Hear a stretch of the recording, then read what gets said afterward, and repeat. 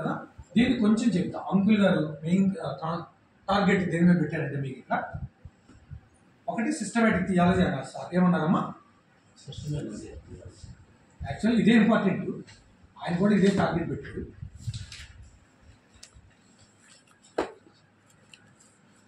రెండోది హెర్మనాటిక్స్ అంటారు అంకుల్ మాట్లాడి. ఏంటది?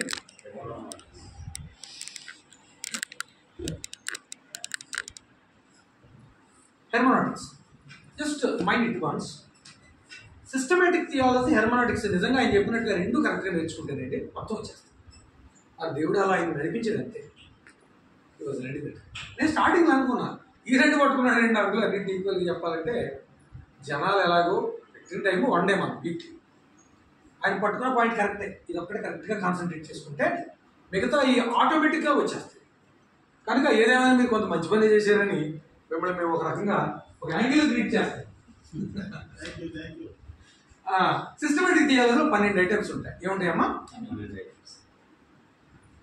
ఈ ఆసియాలో 12 ఐటమ్స్ మనం ఒక్కనే టీచ్ చేస్తాం.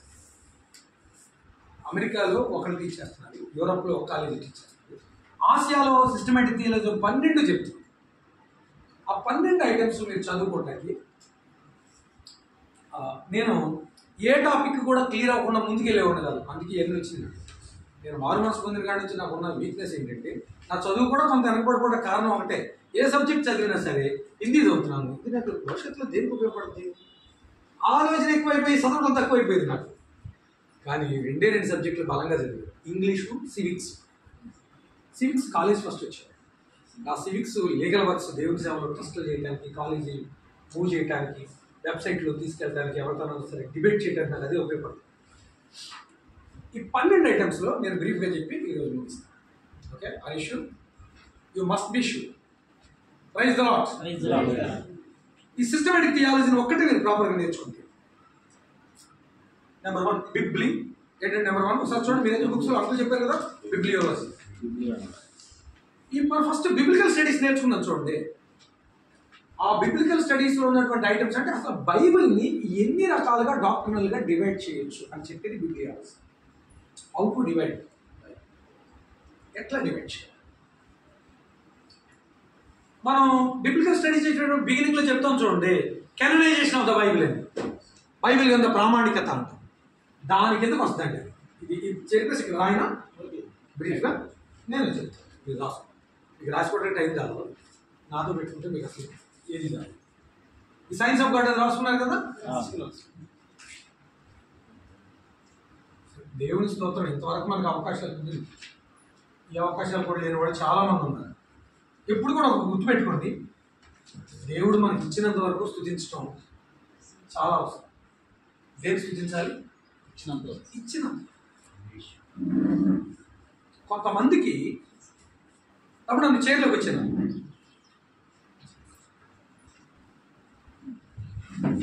కొంతమందికి ముందుకు వచ్చేస్తాను, అది అందరి దగ్గరికి వచ్చే. మాకు ముందు రోజులు కోనసీమ కోఆర్డినేటర్ అయినా నువ్వు ఈ అమ్మాయి పక్క వచ్చే అమ్మాయి, మీ విమెన్ ఎవరండి, ఈ పాప పక్కకు ఒకరు రండి.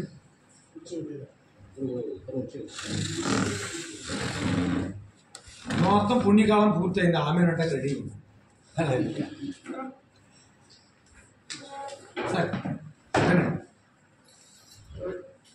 టక్క టక్క టక్క టక్క రాసుకోవాలి. ఇక సర్దుకునే టైం అయిపోయింది. మీరేంటి నువ్వు పెన్నులు తీయలేదండి. నేను చెప్తాను ఏంటంటే, మీరు క్లాస్ వింటారు కదా, వెళ్ళి ఆ క్లాసు సపోజ్ మీరు ఇక్కడ ఒక సబ్జెక్ట్లో మీకు ఒక 10% చెప్పారు, మీరు ఒక 1 or 2% ఇతరులకు డిస్కస్ చేయండి. వేస్ట్ మాటలు మాట్లాడుకుంటాం కదా మనం ఇంటి దగ్గర, చిట్ చాట్లు ఉంటాయి. ఆ వేస్ట్ మాటలు కాకుండా ఒక దేవుని వాక్యం మీద ఇంట్రెస్ట్ ఉన్నటువంటి ఒక స్టూడెంట్నో, లేకపోతే దేవుని వాక్యం మీద ఇంట్రెస్ట్ ఉన్నటువంటి ఒక దైవజనుడినో, విశ్వాసనో పట్టుకుని వాక్యం డిస్కస్ చేయండి. వేస్ట్ మాటలు 2-3 మాటలతో కట్ చేసేయండి.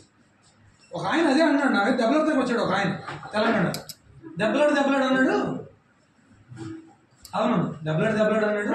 నీతో ఏదైనా మాట్లాడాలంటే 4-5 మాటలు మాట్లాడి బైబిల్లో లేకపోతావు, ఎట్లా నీతో మాట్లాడేది అన్నాడు. అంటే ఆయనతో నేను ఏంటంటే పండగల గురించి, పబ్బాల గురించి డిస్కస్ చేయాలి. అయ్యే ఇప్పుడు చిన్నప్పటి నుంచి అదే స్టోరీ కదా. నెంబర్ 1 ఏంటయ్యేది? బిబ్లియాలజీ. ఈ 12 ఒకటేంటి?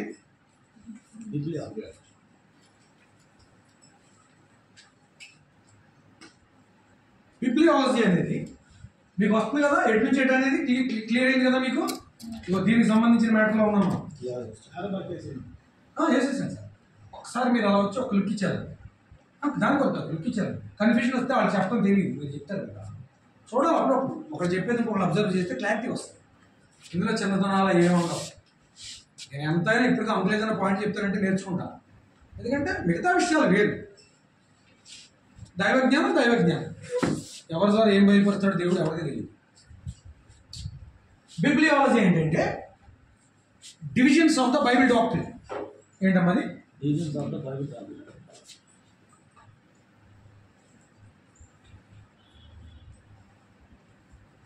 DOCTRINE రాస్తాను.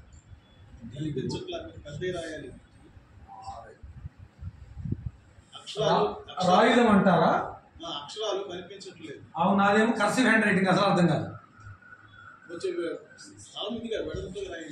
ఆ దిశగా ముందుకు పోదాం అంటారా? ఇది bibliology, divisions of the Bible doctrine. అంటే అసలు బైబిల్ డాక్ట్రిన్ ఎన్ని రకాలుగా divide?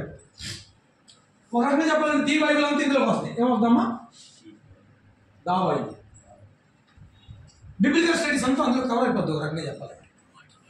Especially కెననైజేషన్ of the Bible వస్తుంది. ఏమొస్తుందండి? బైబిల్ గ్రంథ ప్రామాణికత. అసలు బైబిల్ గ్రంథ పుట్టికేంటి, దాన్ని ఎవరు డిజైన్ చేశారు, ఎందుకు డిజైన్ చేశారు, దీన్ని ఏమనొచ్చు మనం? కెననైజేషన్ ఆఫ్ ద బైబిల్.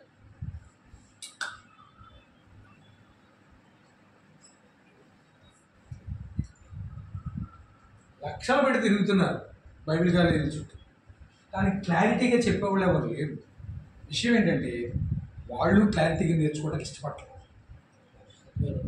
దీనివల్ల మాకు ఏంటి ఫైనాన్షియల్గా మేలు అనుకుంటున్నారు. రెండవది ఏంటి అంటే ఇందులో ఏం చెప్తారంటే బిబ్లికల్ స్టడీస్లో సింపుల్గా తెలుగులో రాసుకోండి.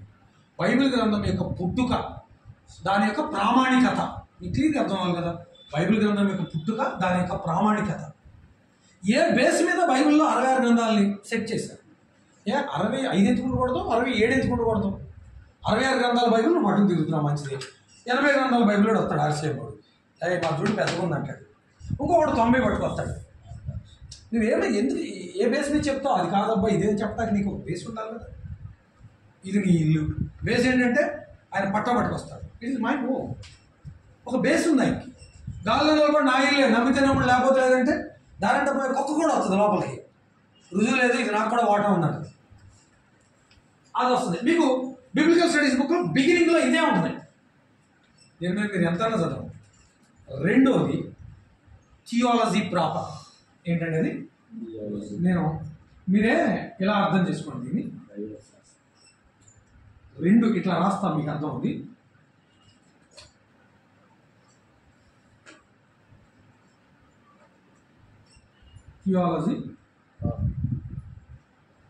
థియాలజీ ప్రాపర్ అని ఏం చెప్తుందంటే అబౌట్ ద ట్రినిటీ. ఏం చెప్తుందండి? అబౌట్ ద ట్రినిటీ, క్రమబద్ధమైన వేదాంత శాస్త్రం, తత్వ శాస్త్రము, తండ్రి కుమార పరిశుద్ధాత్మ గురించి చెప్పేది. ఏంటండి? నేను అది కూడా రాస్తా. ద ఫాదర్, ద సన్, నేను ఎలా క్యాపిటల్స్ రాస్తున్నాను అలాగే రాయాలి. The son and the Holi spirit and the. అసలు వీళ్ళు ముగ్గురు ఎలా ఏకీభవించి ఉన్నారు, ఒకటే ఎలా ఉన్నారు? ఆది కాండం 1:1 నుంచి ప్రకటన గ్రంథం చివరి వరకు త్రిత్వదేవుడుగానే ఉన్నాడు ఆయన. ఏదో మత్తయి సువార్తలో యేసుప్రభు కనపడ్డాడు, అది కాదు. ఇప్పుడు నేను వస్తాను. బెరాషిత్ బారా ఎలోహిం ఏంటంటే మొదట వచ్చినట్టు బెరాషిత్ బారా ఎలోహిం ఏట్ అసమాయిం వాయట్ హ్యారెస్. ఇది హెబ్రీ. బెరాషిత్ అంటే ఇన్ ద బిగినింగ్. బారా సృష్టించింది ఏంటి అంటే ఎలోహిం. ఎవరంటే ఆది యందు సృష్టించిన వారు ఎవరంటే ఎలోహిం అనగా ట్రయూన్ గాడ్ అని మీనింగ్ రాసుకో. ఆది కాండం 1:1 ఎలోహిం. జెనెసిస్ 1:1 ఎలోహిం అనగా జెనసిస్ 1:1 ఎలోహిం అనగా త్రియేక దేవుడు అంతేగా సార్ వివరించి అవతల పడేది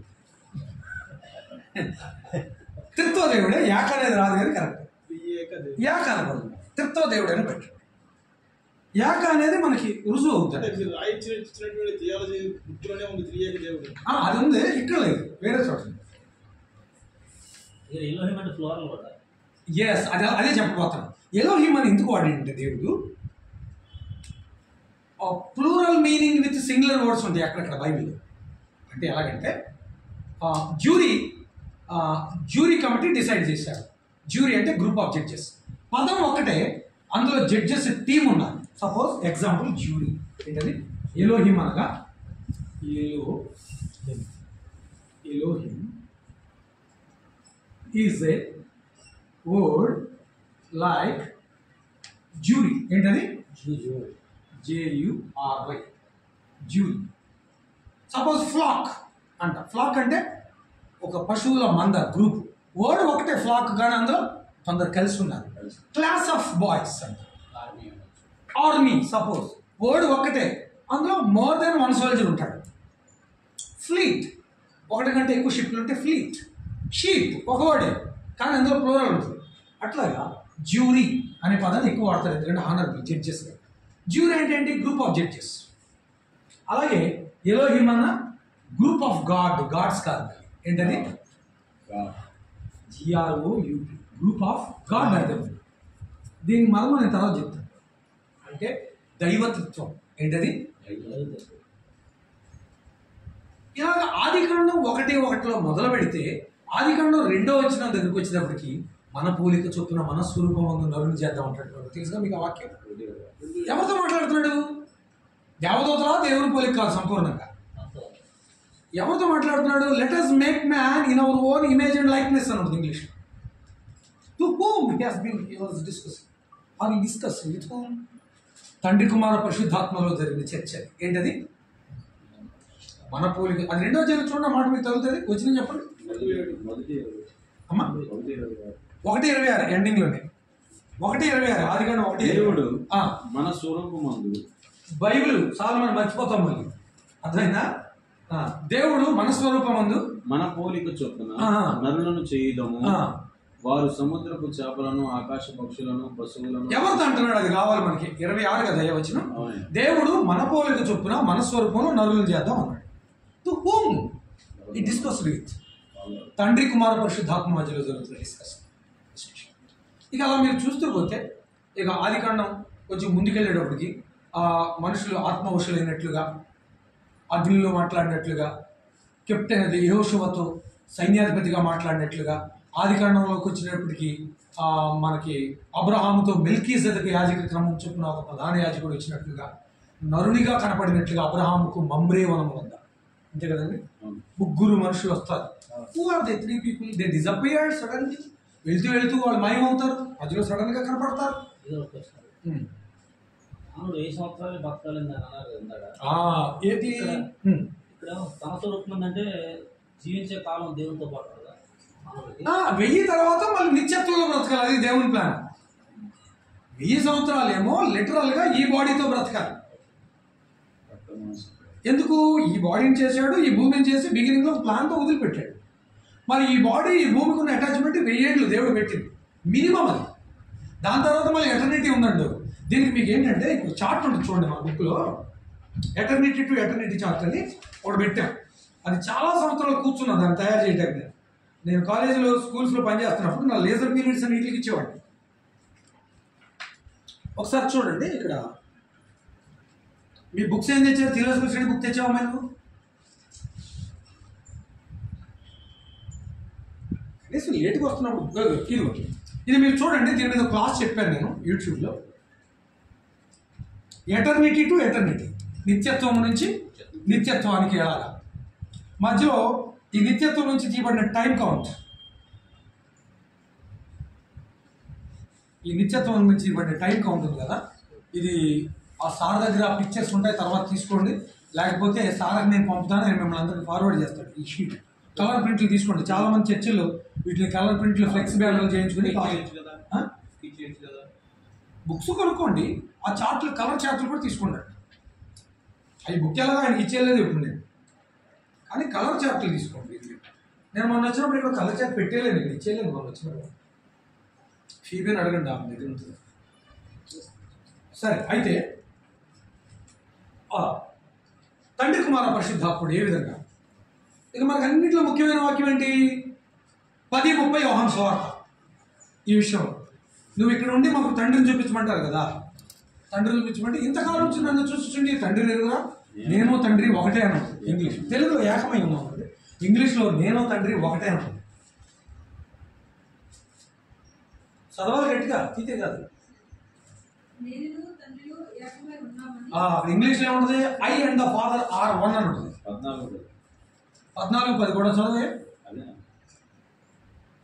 తండ్రి యందు నేను, అదే నేను 10:30 చదివించాను. 14:10 కూడా చదువు, మంచిదే.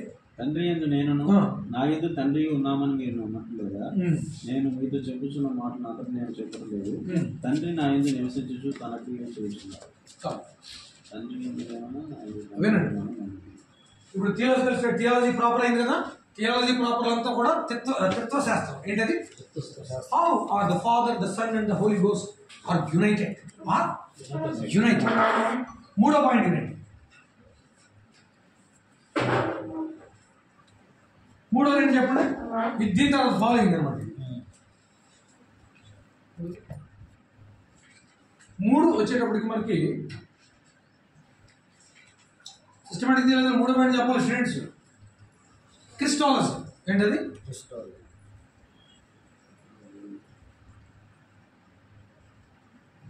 ఇది completely purely explains about the life and the existence of Christ in the entire Bible.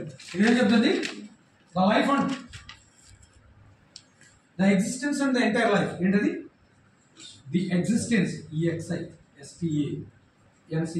existence, EXISTANC, existence, the existence and entire life. ఏంటది? Entire life of the Christ.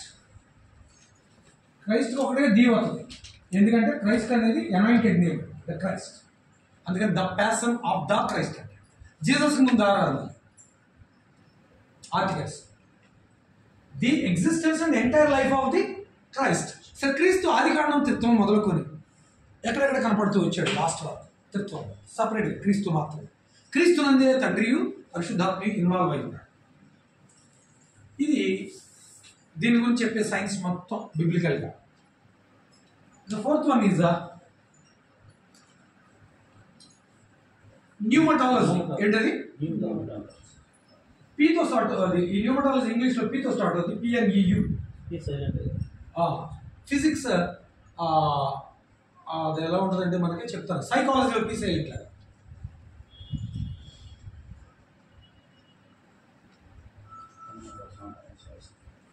PNEU. Pneumas అనగా స్పిరిట్ అండి. ఏంటిది? న్యూమాస్ అనగా Holi spirit అని అర్థం వస్తుంది. The science of the Holy Spirit. ఏంటిది? Science.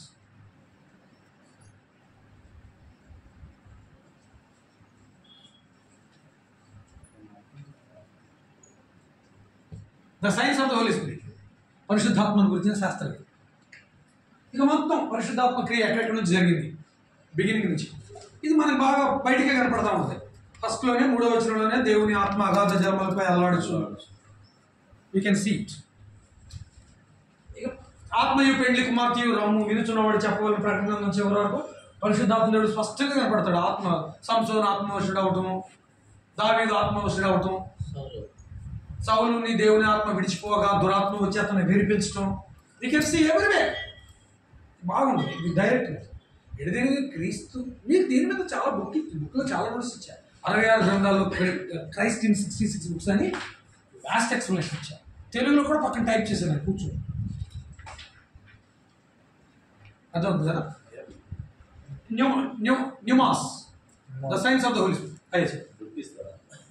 నేను సార్కే సెట్ ఇచ్చేస్తాను, దీన్ని బట్టి ఇచ్చేస్తాను. మీకు కావాల్సిన లిటిల్ బిట్ ఫీజు కట్టుకుని సెట్లు తీసుకోండి. అంటే దీన్ని ఇష్టం అనకూడదు, అమ్మటం అనకూడదు. ఎందుకు అమ్మటం అంటే దీని మీద మాకు వచ్చే లాభం లేదు, అది ఇష్టం అంటే మీకు ఫ్రీగా అని కూడా ఎన్ని అమ్మేసి ఉంటానో ఈ సిట్టింగ్ లైన్ చేయటానికి నేను చాలా తెలుసు. నా సొంత ప్లేస్ కూడా వచ్చాడు అది ఆర్డినేషన్ దగ్గర, అక్కడ ముందు అమ్మాయి నా ప్లేస్ చాలా. దీని మీద 2 అంతస్తులు ఉన్నాయండి, 2 అంతస్తులు. తృణప్రాయంగా ఎంచాము, దేవుడు మళ్ళీ చేస్తాడని నమ్ముతున్నాం. చేయకపోయినా సరే అలా బ్రతకడం చాలు, ఇది మాత్రం క్షేమం ఉంది కదా.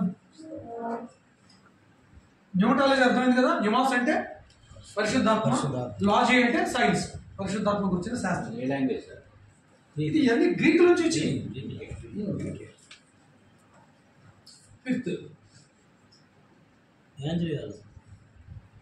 5th వచ్చేటప్పటికి మీకు యాంజియోలజీ.